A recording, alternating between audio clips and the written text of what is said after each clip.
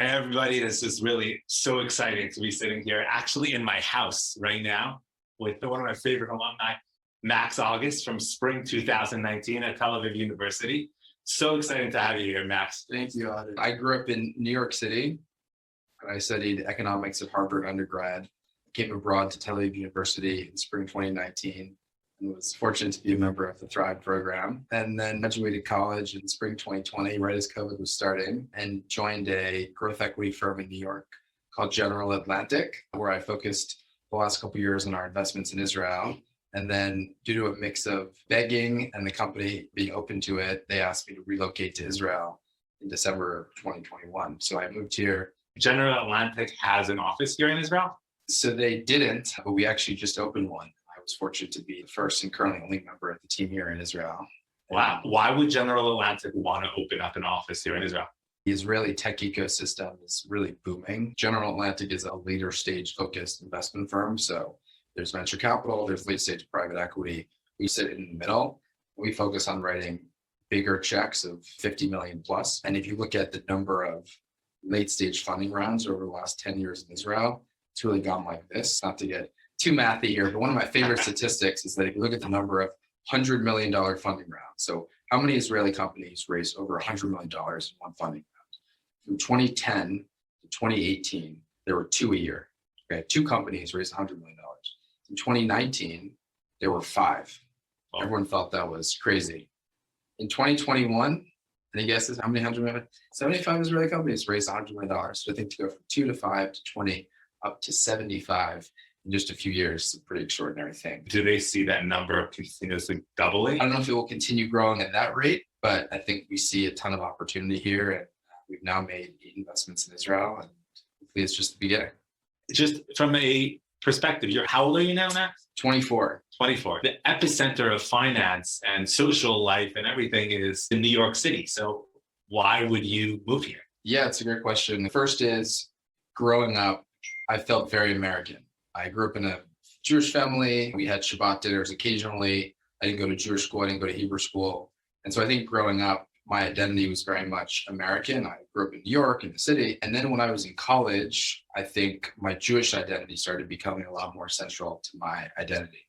So over the last few years, my identity has shifted so much so that I feel like my Jewish identity in many ways defines who I am as a person. Certainly, America is very important to me and has and always will be very important to me.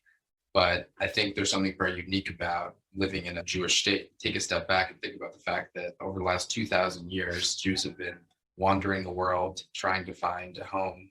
And now we're the lucky generation that gets to just jump on a plane and come here. So that's one piece of it. But from a social life, from a professional business life, I think there's never been a better time to move to Israel and to move to Tel Aviv in particular. It's just such a unique community. It's a mix of Israelis, internationals that go out, and I meet someone from Brazil, Mexico, France, the UK. And from the professional side of things, I think what's also amazing is now you have this booming tech ecosystem that is desperate to hire international students or students post-grad who want to come here and work. For the first several decades of Israel's existence, you really had to be, in many ways, a Zionist pioneer to want to move here, where you had to be motivated deeply by religious causes to want to move here. But now I think what we're starting to see is people are moving here for career opportunity. And that's one of the most exciting things. We're just starting to see Israel now reaching the next stage of its growth as a country where people are moving here, not just because Judaism or Zionism,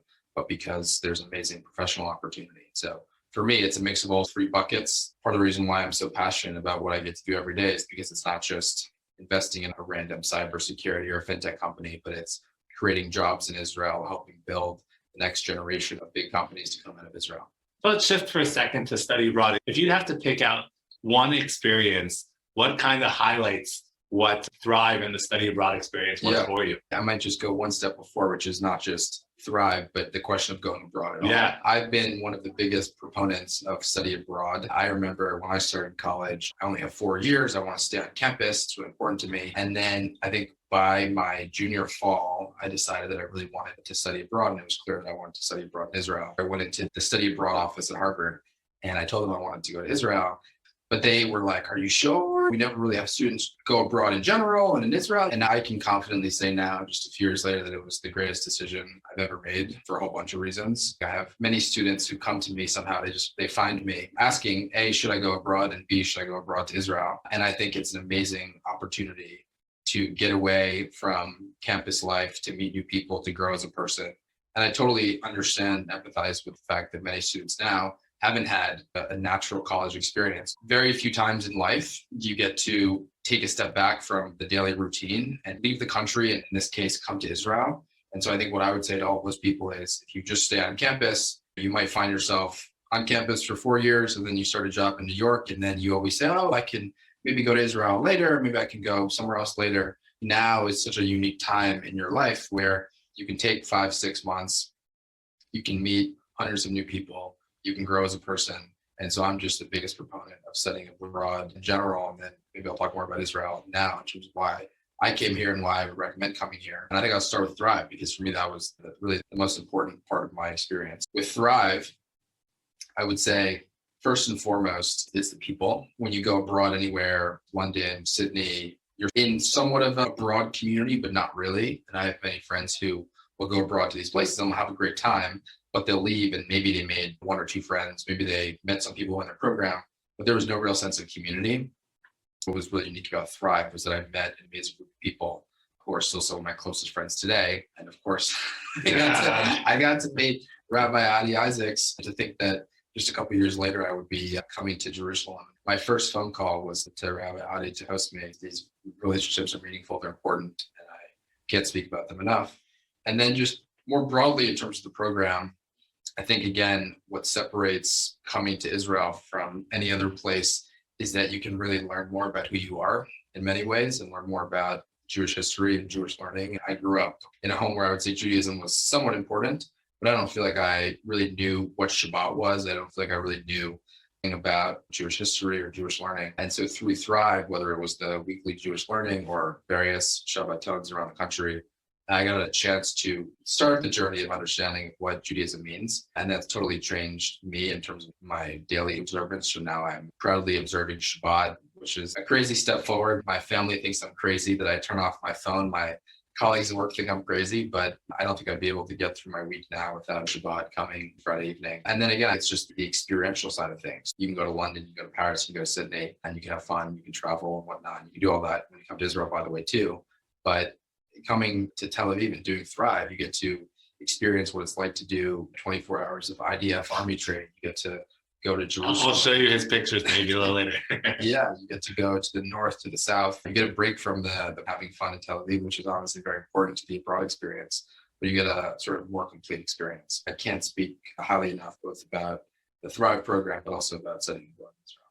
Yeah, thank you so much, Max, for your time. And we just heard the sound for Shabbat, so we're gonna end right now. Shabbat shalom to you. Shabbat shalom to you guys.